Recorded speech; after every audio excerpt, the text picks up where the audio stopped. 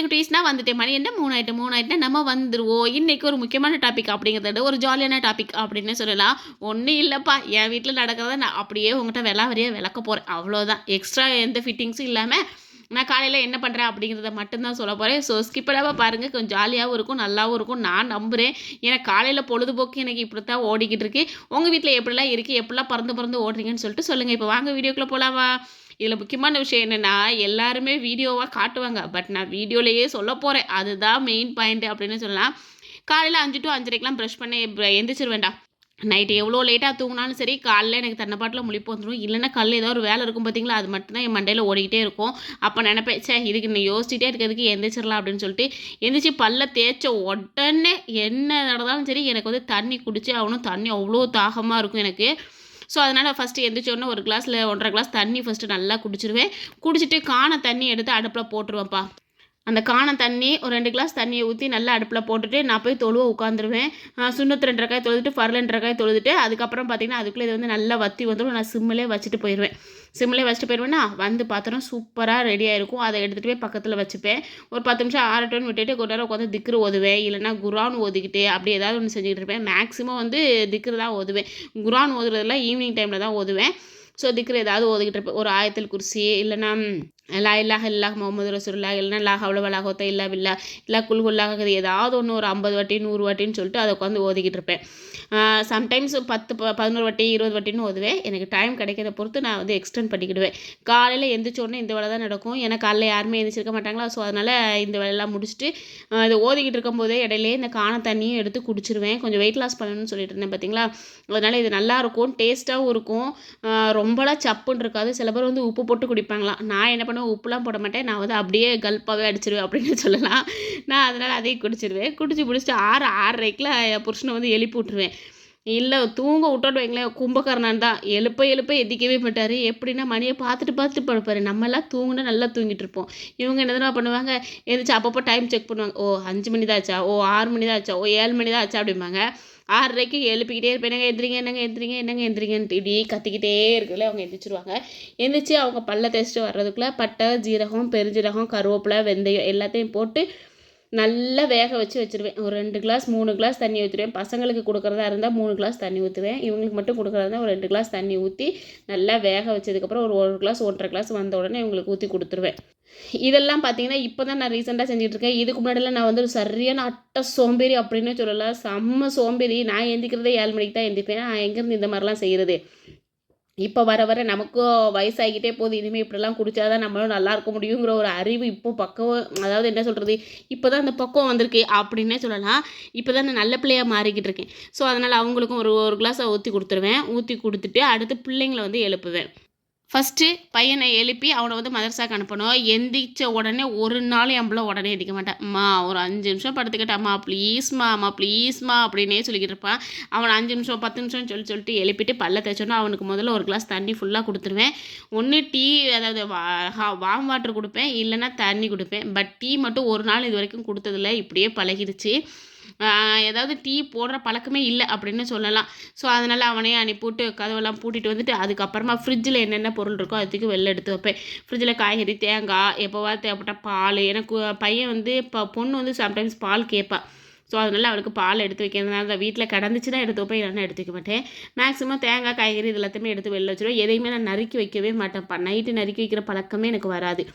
2வது சோறு வச்சுருவேன். ஒரு அடுப்பில் சோறு, ஒரு அடுப்பில் சாம்பார். இந்த 2யுமே அடுப்பில் வச்சுட்டு பருப்பு அவிய போட்டுருவேன். அதாவது பருப்பை வந்து நான் குக்கரில் போட்டு செய்வதை விட சிறு பருப்பை வந்து நான் சட்டியில் போட்டு தான் செய்வேன். அதனால் பாத்திரத்தில் போட்டு அவிய போட்டுருவேன். அதுக்குள்ளே பார்த்திங்கன்னா பாப்பா எந்திரிச்சிருவான். எந்திரிச்சோன்னே என்ன பண்ணுவேன்னா அவளுக்கு லைட்டாக வெந்தய தண்ணி வந்து கொடுத்துருவேன். ஏன்னா அவளுக்கு வந்து அடிக்கடி வயிறு வலிக்குதுமான்னு சொல்லிகிட்டே இருப்பாளா. ஸோ அதனால் காலைல எந்திரிச்சோன்னே நைட்டு வந்து வெந்தயத்தை ஒரு ஸ்பூன் வந்து வெந்தயத்தை ஊற வச்சுட்டு படுப்பேன். அதை வந்து காலைல எந்திரிச்சோன்னே கொடுத்துருவேன். நானும் சம்டைம்ஸ் வந்து நைட்டு வெந்தயத்தை ஊற போட்டு காலையில் குடிப்பேன். இப்போ காண தண்ணிக்கு மாறி இருக்கிறதுனால இதுக்கு ஒரு வாரம் லீவ் விட்ருக்கேன். அதனால் பாப்பாவுக்கு மட்டும் காலைல எழுந்திரிச்சோன்னே வெந்தய தண்ணி வந்து கொடுத்துருவேன். அப்படி வெந்தய தண்ணி கொடுக்காத அன்னைக்கு என்னென்னு பார்த்தீங்கன்னா ஏன்னா வெந்தய தண்ணி அடிக்கடி கொடுத்தாலும் பிள்ளைங்க வந்து சளி பிடிக்கிற மாதிரி இருந்துச்சு. அதனால் ஒரு வாரம் வந்து வெந்தய தண்ணினா ஒரு வாரம் ஃபுல்லாகவே மேக்ஸிமம் பச்சை தண்ணி ஃபஸ்ட்டு குடிக்க சொல்லிடுவேன்ப்பா. ஏன்னா இப்போவே குடிச்சு பழகினாதான் பின்னாடி வந்து நம்மளாம் சொல்லாமலே அவங்களுக்கு வந்து தோணும். அப்படிங்கிறதுனால பச்சை தண்ணி கொடுத்துருவேன். எப்போவாது ஒரு நேரம் வந்து வார்ம் வாட்டர் கொடுக்குறது. மேக்ஸிமம் பச்சை தண்ணி தான். ரொம்ப வந்து கூலிங் டைம் அப்படின்னா மட்டும்தான் வார்ம் வாட்டர் கொடுப்பேன். அதுக்கப்புறம் என்னென்னா எங்கள் வீட்டில் எப்போவுமே காலைல டீ, காஃபி போடவே மாட்டோம். அது வந்து ஒரு பழக்கமாகவே வச்சுருக்கோம். எப்போவாவது ரேராக இந்த ஞாயிற்றுக்கிழமை லீவ் விட்டாங்கன்னா பிள்ளைங்க 10 மணி 11 மணிக்கு எந்திரிப்பாங்களா, அப்போ தான் எந்திரிக்கும்போது டீ போட்டு தரீங்களா அப்படின்னு சொல்லிட்டு கேட்பாங்க. அப்போந்தான் அதுவும் எப்போவாவது ரேராக தான் நடக்கும். எப்போவுமே டீ, காஃபிங்கிறது எங்களுக்கு லீவு தான். ஸோ அதனால் அப்படியே விட்டுருவேன். காலையில் நேரம் டீ, காஃபி கிடையாது. அடுத்து புட்டு மாவு, கம்பு புட்டு, கேப்பை புட்டு, அப்புறம் இந்த கோதுமை புட்டு, இல்லைன்னா அரிசி மாவு புட்டுன்னு ஏதாவது ஒரு புட்டு வந்து கண்டிப்பாக இருக்கும். வாரத்துக்கு ஒரு 2, 3 நாளைக்கு வந்து புட்டு வச்சுருவேன். ஏன்னா அது வந்து ரொம்ப ஈஸியான வேலை. அது வேறு விஷயம். கொஞ்சம் புட்டு மாவு போட்டோமா, உப்பு போட்டோமா, தண்ணி ஊற்றினோமா, நான் கொஞ்சம் நல்லா மாவு பிசைஞ்சிட்டு புட்டு மாவு எடுத்து குக்கரில் வச்சு ஏன்னா இட்லி பாத்திரத்தில் வச்சு விட்டேன்னா சூப்பராக வந்துடும். அதுக்கு நாட்டு சக்கரை, தேங்காய், நல்லெண்ணெய் இந்த 3ஐயும் வச்சு கொடுத்துட்டேன்னா பசங்க வந்து விரும்பி சாப்பிட்ருவாங்க.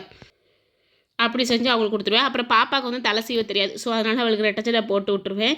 அதுக்கப்புறம் பாப்பாவோட ஒர்க்கு, என்னோடய ஒர்க்கெலாம் கிச்சனில் போய்கிட்டு இருக்குமா, பாப்பா என்ன பண்ணுவான்னா காலைல எழுந்தோன்னே அவங்க எல்லாருமே படுத்த பாயத்திரகன் எல்லாத்தையும் எடுத்து வச்சு வீட்டை வந்து கூட்டி விட்டுருவா.